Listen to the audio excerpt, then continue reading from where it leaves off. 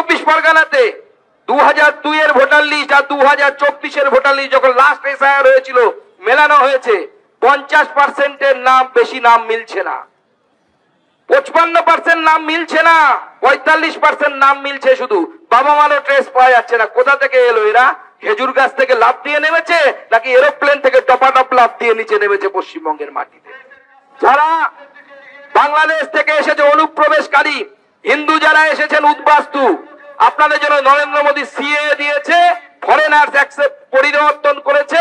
24 সালের 31শে ডিসেম্বর পর্যন্ত যারা এসেছেন তারা প্রত্যেকে সসম্মানে এই ভারত ভূমিতে থাকবেন। এটা উদ্বাস্তুদের প্রতি নরেন্দ্র মোদীর অঙ্গীকার। তাকে স্পষ্ট বলে দিতে চাই, তোমার নামও যদি এসআইআর এ না থাকে, 2002 যদি না থাকে, আপনি যদি বাংলাদেশি হন, সাবিনা ইয়াসমিন, আপনাকেও ভারতের বাইরে যেতে হবে, আপনাকেও থাকা হবে না। আপনার যারা ভেবেছে যে বিজেপিকে আক্রমণ করে, বিজেপিকে মেরে, বিজেপিকে আপনি ঢুকিয়ে দেবেন ঘরের মধ্যে, বিজেপি 21-এও ঢোকেনি, এবার আপনার টলমল করছে আসন, তাই আপনি এখন মির্জাফর করে চেঁচাচ্ছেন। চেঁচাতে থাকুন, এই বাংলার মানুষ আপনাকে এই রাজ্য থেকে রাজনৈতিক ভাবে এখান থেকে আপনাকে বের করে দেবে, রাজনৈতিক ভাবে অন্য জায়গায় পাঠাবে। মাননীয় মুখ্যমন্ত্রী এসআইআর এর বিরোধিতা করছেন। আমি 2 মিনিট শুধু এসআইআর এর উপর আপনাদেরকে বলে আমার বক্তব্যটা শেষ করতে চাই। আমরা ভারতীয় জনতা পার্টি চাই প্রত্যেকটি বৈধ ভোটারের নাম এসআইআর এ যেন নথিভুক্ত হয়।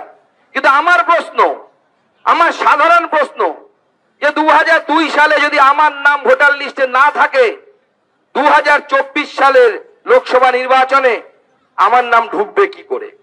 এক হতে পারে যদি আমার মা বাবার নাম থাকে ভোটার লিস্টে, আমি তার সন্তান, সেই হিসেবে আমার নাম ঢুকতে পারে।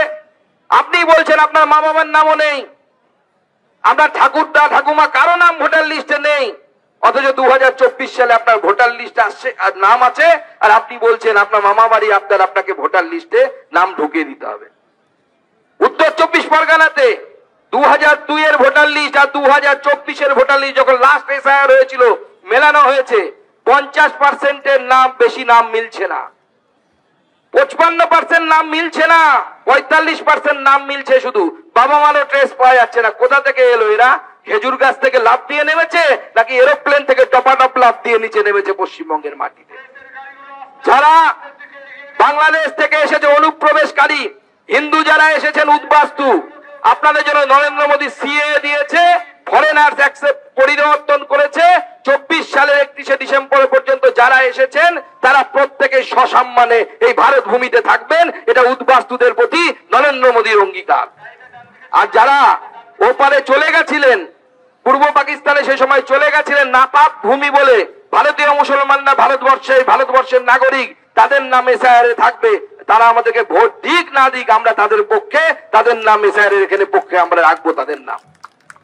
কিন্তু যারা বাংলাদেশ থেকে যে সমস্ত মুসলিমরা ঢুকেছেন তাদের আমি স্পষ্ট বলে দিতে চাই, আপনারা অনুপ্রবেশকারী, আপনাদেরকে বাইরে যেতে হবে, আমরা পাঠাবো বাংলাদেশে, আপনাদেরকে প্রয়োজনে ফেরত, আপনাদেরকে যেতে হবে, এখানে থাকা যাবে। মালদায় গেছিলাম আমি প্রতিবাদ করতে, ওখানে মালদার বিধায়িকা সাবিনা ইয়াসমিন, তিনি মোথাবাড়ি থেকে যেতেন, তিনি বলেছেন যে যদি এসআইআর এ একজনের নাম বাদ যায় উনি নাকি মোথাবাড়ি লন্ডভন্ড করে দেবেন। কিছুদিন আগে দাঙ্গা করেছিল, হিন্দুদের দোকান ঘর সব পুড়িয়েছে মোথাবাড়িতে। আমি গেছিলাম ওখানে, আমাদের বিরোধী দলনেতা গেছিলেন। তাকে স্পষ্ট বলে দিতে চাই, তোমার নামও যদি এসআইআর এ না থাকে, 2002 যদি না থাকে, আপনি যদি বাংলাদেশি হন, সাবিনা ইয়াসমিন, আপনাকেও ভারতের বাইরে যেতে হবে, আপনাকেও থাকা হবে না। আর কত লন্ডভন্ড করতে পারেন আমরা দেখব। আর আমি সাধারণ মুসলিম ভাইদেরকে, যারা আমাদেরকে ভোট দেন না, তাদেরকেও বলছি, তৃণমূলের নেতাদের কথায় রাস্তায় নামবেন না। রাস্তায় নামলে সেন্ট্রাল বাহিনী নামবে, যেরকম মুর্শিদাবাদে নেমেছিল। যদি ভ্যান্ডালিজম করেন, দোকান ঘর পোড়ান, বাড়িতে আক্রমণ করেন, তৃণমূলের কোন নেতার ছেলের জীবন যাবে না। সেন্ট্রাল বাহিনী নামলে করে কিন্তু গুলি চলবে, আপনার বাড়ির লোকেটার গুলি লাগবে। তৃণমূলের নেতারা এসি ঘরে বসে থাকবে, তাদের কিন্তু গুলি লাগবে না। তাই তৃণমূলের ফাঁদে পা দেবেন না। আগে ভালো করে বুঝুন, ভারতীয় যারা, ভারতীয় মুসলিম হোক হিন্দু হোক, তারা তাদের নাম ভোটার লিস্টে থাকবে। এসআইআর এর মাধ্যমে তাদের নাম আবার নতুন করে 2025 নির্বাচনের আগে, 26 নির্বাচনের আগে 25 এই লিস্ট বাড়াবে। তাই আপনাদের সকলকে এই আমি আজকে আহ্বান জানাই, বিশেষ করে আমাদের আদিবাসী ভাইরা যারা এসেছেন তাদেরকে জোহার জানাই এবং বলি, এই আদিবাসী বিরোধী সরকারকে আমাদেরকে উৎখাত করে ফেলতে হবে।